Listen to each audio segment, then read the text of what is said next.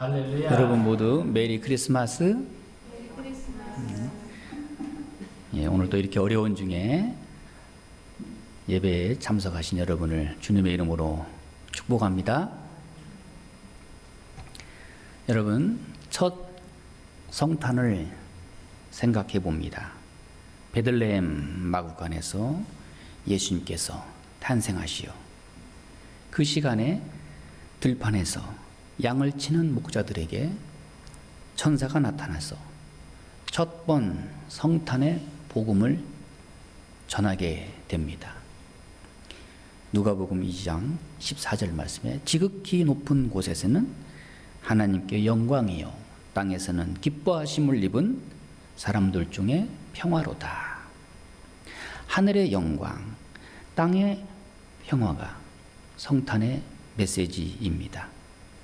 그러나 오늘의 현실을 보면 그 영광과 그 평화가 우리로부터 참 많이 더 멀어지고 있다는 것을 봅니다.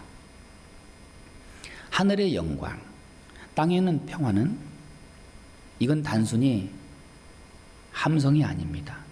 구호도 아닙니다. 그대로가 우리 현실에서 이루어져야 할 하나의 구체적인 반드시 나타날 사건입니다. 이 우리의 역사를 보면은 사람들은 이 땅에 평화를 만들어 보겠다고 부단히도 애를 썼습니다. 그 로마의 평화, 팍스 로마, 남북 평화, 끝없이 세계 곳곳에서 평화를 외쳐왔지만 진정한 평화는 오늘 우리에게 아직도 오지 않고 있습니다. 진정한 평화는 오직 우리 주 예수 그리스도 안에 있습니다. 성탄을 맞이하여 주님의 영광을 함께 찬양하는 그 마음에 평화가 있고 우리는 또한 날마다 하나님의 영광과 평화를 찬양해야 할 것입니다. 오늘 말씀에 하나님이 세상을 이처럼 사랑하사 독생자를 주셨으니 요 짧은 이 한 구절이 변함없는 영원토록 복음 중에 복음입니다. 자, 하나님이 이 세상, 하나님이 사랑하신 이 세상은 어떤 세상입니까? 말 그대로 악한 세상입니다. 하나님은 우리 모두를 있는 이대로 우리를 사랑하십니다. 이것이 복음입니다. 우리가 좀 잘 되면 하나님이 우리를 사랑하고 우리가 조금 더 잘 나가면 하나님이 우리를 사랑하시고 우리가 더 의롭고 순결하면 사랑하신다. 그런 것이 아닙니다. 하나님이 세상을 이처럼 사랑하사 있는 그대로 우리를 받아주시고 오늘도 그 사랑 안에 우리가 있음을 깨달을 때 여기에 평화가 있고 여기에 진정한 복음의 역사가 있습니다. 하나님의 사랑은 창조적 사랑입니다.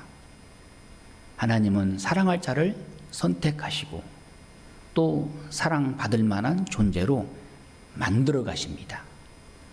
로마서 9장 3절 말씀에 내가 에서는 미워하고 야곱은 사랑하였으니 하나님은 사랑할 만하니 사랑하고 사랑받을 만한 존재가 되었으니 사랑한다. 그런 조건적인 그런 상대적인 사랑이 아닙니다. 하나님의 사랑은 절대적이요, 일방적이요, 창조적이요, 효과적입니다. 이제 남은 것은 우리의 믿음입니다. 하나님의 이 사랑을 믿고 받아들일 때 평화가 있고 구원이 있고 영생이 있습니다. 믿는다는 말은 하나님의 사랑을 안다는 말이고 또 이 사랑을 믿게 될 때 우리에게 영생이 주어진다. 이것을 위해서 이 땅에 예수님은 오신 것입니다. 이 땅의 복음은 이와 같이 확실하게 선포되고 있는데 문제는 사람들이 믿지 않으려 합니다. 복음을 들으려 하지 않습니다. 복음의 핵심은 하나님이 우리를 사랑하셔서 독생자를 주시어 그 사랑을 알게 하셨다. 이것을 아는 자가 구원을 받고 하나님의 자녀되는 영광을 누릴 수가 있는 것입니다. 예수님이 아기 예수로 오신 그 당시에 유대 나라는 얼마나 어두웠는지, 우리가 오늘날 이렇게 코로나19로 인해서 어렵고 힘든 시기를 보내고 있지만 어쩌면 지금보다 더 어려운 시기를 그 당시에 보내고 있었습니다. 유대 나라는 정치적으로 그 로마의 지배를 받고 있었고 그 당시에 가난은 너무 심해서 굶어 죽는 자가 많고, 오늘날 우리가 어렵다 하지만 많은 사람들이 굶어 죽거나 그러진 않잖아요. 그 당시에 또한 사회적 분위기는 신분의 격차가 너무 뚜렷하고 너무 차이가 나서 학대가 심하고, 또 그 당시에 종교적으로는 완전히 부패하여서 참 신앙을 찾아보기 어려울 정도로 그렇게 어두운 시기를 보내고 있던 바로 그 때에 예수님께서 아기 예수로 이 땅에 오신 것입니다. 그리고 예수님은 복음을 전파하실 때 첫 번째 메시지가 바로 이 말씀입니다. 화 있을진저 바리새인들이여 책망하시고, 또한 예루살렘 성전을 들어가셔서 더러워진 성전을 청결하게 하시고, 내 집은 만민이 기도하는 집이라 너희들이 강도의 구려를 만들었도다. 이와 같이 가장 어둡고 혼란스러운 그런 시대에 예수님은 이 땅에 오셨습니다. 여러분, 하나님께서 어떻게 하셔야 이스라엘 민족을 사랑하신다는 것으로 증명해 보이는 것인가, 나타낼 수 있는 것인가? 이스라엘 민족들은 오랫동안 고대하고 기대하고 바랬습니다. 이 땅에 오신 아기 예수가, 복음 전파하시는 예수님께서 이스라엘의 왕이 되어 주기를, 저 로마로부터 독립하여 줄 수 있기를, 그런 메시아로 바랬던 것입니다. 아니, 오늘도 저 이스라엘 유대 나라 사람들은 지금도 그 메시아가 아직 오지 않았다, 곧 올 것이다, 잘못된 복음이죠. 메시아만 오시면 이스라엘 나라가 철저하게 평화를 얻을 것이다, 그렇게 간절히 원했던 이스라엘, 또 예수님의 제자들, 예수님께서 십자가에 죽으시고 장사 지내고 난 다음에 하늘로 승천하시기 직전에 다시 오셔서 복음을 전하실 때 끝까지 그들은 묻습니다. 이스라엘 나라가 회복되는 것이 이때니까, 지금이야말로 이스라엘 나라를 회복하심이 맞습니까? 그 회복, 그 나라의 번영, 독립, 그 끝없는 자기의 욕망을 예수님으로 인해서 얻어보려고 했고 만족하려고 했던 것들이 다 무너지고 말았습니다. 예수님은 그런 것들을 주기 위해서 이 땅에 오신 분이 아니다 하는 것을 우리에게 오늘 또 말씀해 주고 있습니다. 그럼에도 불구하고 예수님은 골고다 언덕에서 십자가에 죽으시고, 그 이스라엘의 기대와는 전혀 무관하게 예수님은 그대로가 제물이 되시고 다시 살아나셔서 우리의 구원의 역사에 한 획을 그으셨습니다. 그렇습니다. 오늘도 마찬가지입니다. 이 땅에 오신 우리 예수님이 우리와 함께 하시는데 우리가 어떤 예수를 바라는가? 아마 요즘처럼 이러한 질병이 이렇게 어렵게 우리를 힘들게 할 때 빨리 이 질병에서 벗어날 수 있는 그런 날에 속해 오면 좋겠다. 질병을 치유하시는 예수 그리스도, 우리의 소원을 이루시는 예수 그리스도, 그것이 진정한 복음의 핵심은 아니다 하는 것을 오늘 본문에서 우리에게 말씀해 주고 있는 것입니다. 그렇기 때문에 복음 중에 복음입니다. 복음은 시대가 갈수록 변하는 것이 아니에요. 처음과 끝이 일정하고 영원토록 변함이 없는 것이 복음이요 진리입니다. 오늘 말씀에 하나님이 세상을 이처럼 사랑하사 독생자를 주셨으니, 독생자는 무엇입니까? 하나밖에 없는 아들, 그 아버지와 동급이 되는 그 생명 같은 귀한 분을 이 땅에 보내주셨다.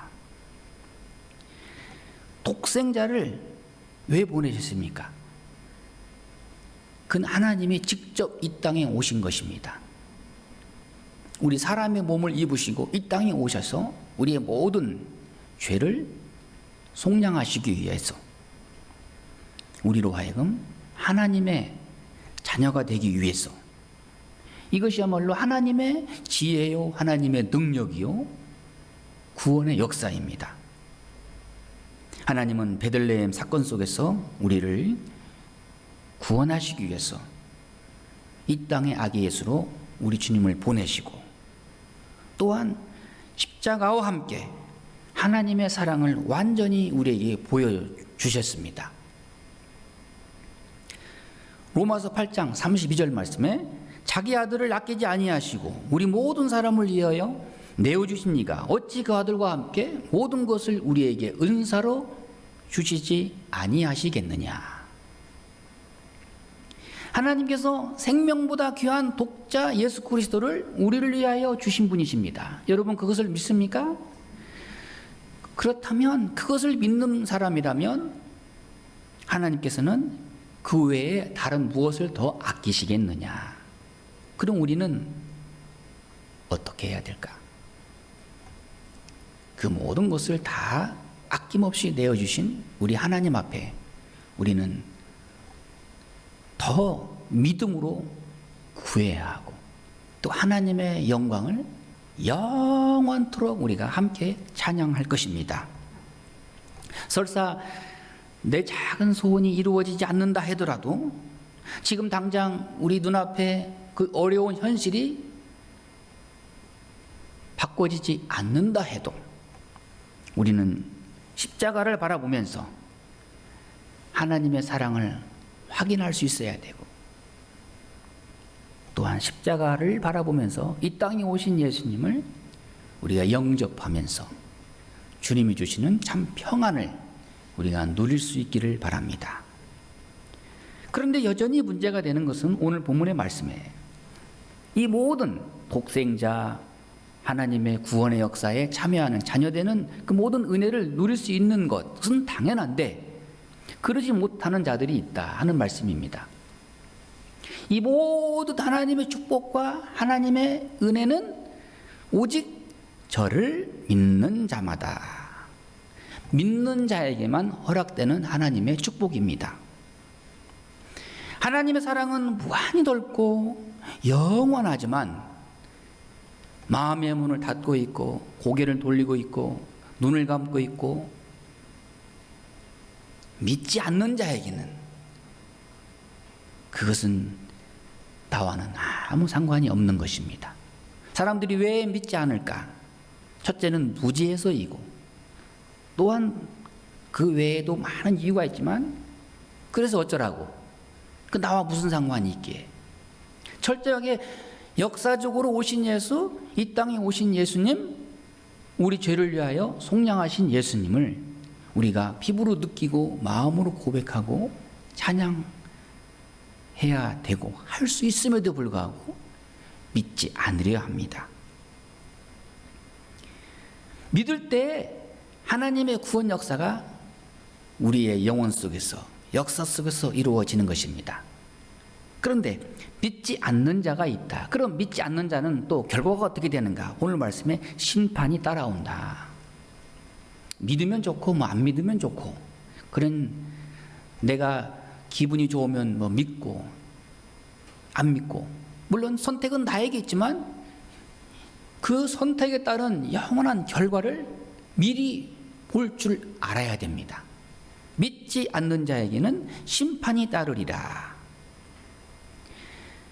하나님의 그 사랑 속에는 구원도 있지만 심판도 함께 있다는 것을 우리가 알아야 됩니다. 왜 그럴까요? 하나님의 그 영원한 사랑, 독생자 예수 그리스도를 우리에게 내어주신 하나님의 그 은혜를 우리가 아무 이유 없이 거절하고 믿지 않는다면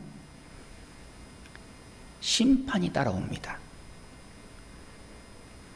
그러므로 복음 안에는 구원과 함께 심판의 요소가 함께하고 있다는 것을 생각할 때 우리는 때로는 두려운 마음으로 경각심을 가지고 복음을 들어야 됩니다. 오늘 본문의 18절 말씀에 믿지 않는 자는 벌써 심판을 받았느니라. 근데 복음을 듣기도 전에 심판받은 백성이 있어요. 심판받은 영혼이 있습니다. 얼마나 안타깝습니까? 하나님의 사랑이 그대로 믿어지는 사람이 있고 믿어지지 않는 사람이 있습니다. 구약의 그 심판받은 심령을 한 사람 뽑으라면 강팍한 심령, 바로 그 애굽의 바로 왕 모세를 통해서 10가지 재앙을 하나님께서 직접 보여주시고 또 홍해를 열어주시고, 그럼에도 불구하고 이 바로 왕, 애굽의 바로 왕은 끝까지 고집을 피우고 끝까지 하나님께 반역하다가 그는 아주 엄청난 무서운 죽음을 맞습니다. 성경은 분명히 말씀합니다. 강팍하였다. 심판받은 심령입니다. 하나님은 오늘 또 우리를 사랑하시고 또 복음을 전파하시고 그리고 우리로 하여금 믿도록 우리를 인도하시는데, 문제는 믿지 않는 자가 있더라.